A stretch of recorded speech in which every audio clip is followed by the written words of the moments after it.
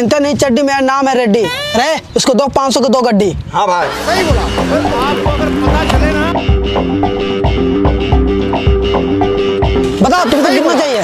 5 लाख रुपए चाहिए भाई। कब तो लौटाओगे? कॉमेडी शो चैनल पर, और यह वीडियो द कॉमेडी किंगडम से लिया गया है और कपिल शर्मा शो में एडिट किया है आपके मनोरंजन के लिए। अगर आप चैनल पर नए हो तो चैनल को सब्सक्राइब करें और वीडियो को लौटा देंगे, गरीब आदमी है। वो सब हम नहीं जानते हैं, कब तो लौटाओगे पैसा ये बताओ।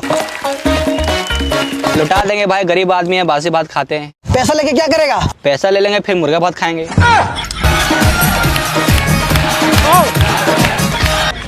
और अगर पैसा खत्म हो गया तो फिर आपके पास आएंगे, फिर पैसा लेके फिर मुर्गा भात खाएंगे।